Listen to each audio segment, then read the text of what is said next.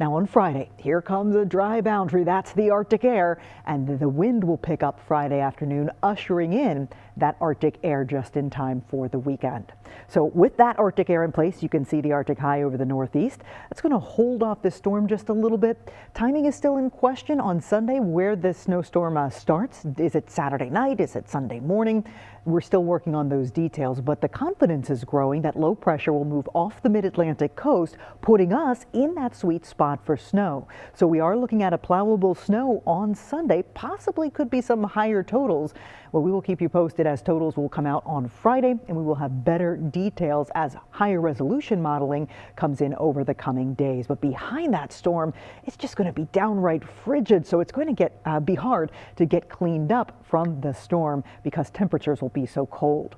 So here's what we know. Arctic air is in place. Precipitation will be all snow Sunday, possibly lingering into Monday morning. And then this is a plowable snow. It's likely. High totals are possible, and the snow is going to be very light and fluffy. It's not going to be that heavy, wet snow that we saw over the weekend. Road conditions, you can expect snow-covered roads easily. That's a lock. Transit delays will be high. Could have some low visibility if the snow comes down at a heavy clip, but that remains to be seen. And then power outage chance low. I'm not expecting much wind with this storm. It's not a nor'easter or a classic windstorm with the snow. As far as our confidence goes, all snow, I think that's a lock for us. Timing, we're moderately confident on that Sunday into Monday.